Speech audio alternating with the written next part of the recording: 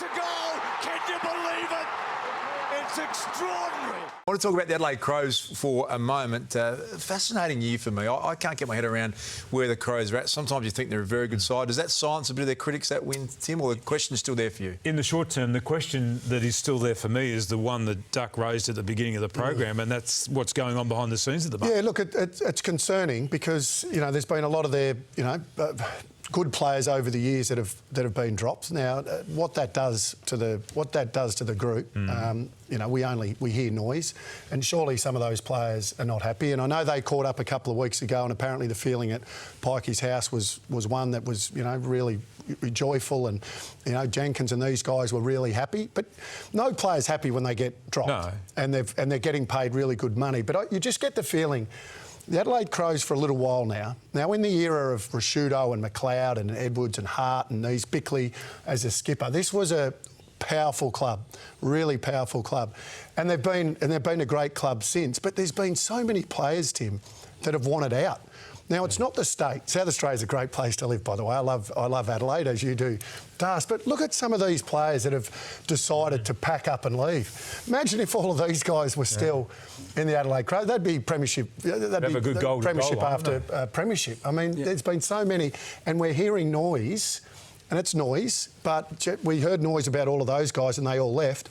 And just a few that might want to come home and come back to... Who are they?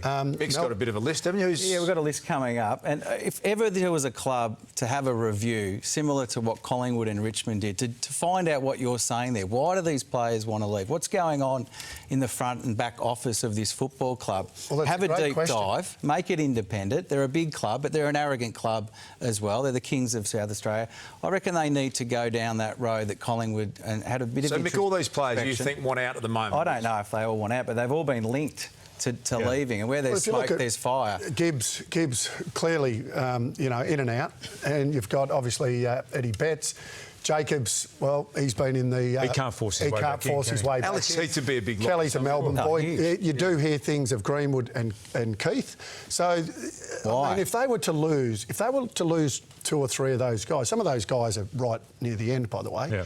But if they were to lose another 2 or 3 of those, I mean, we're looking at a real problem at a footy club. I mean, you've got GWS who have lost a lot over the course of their short history.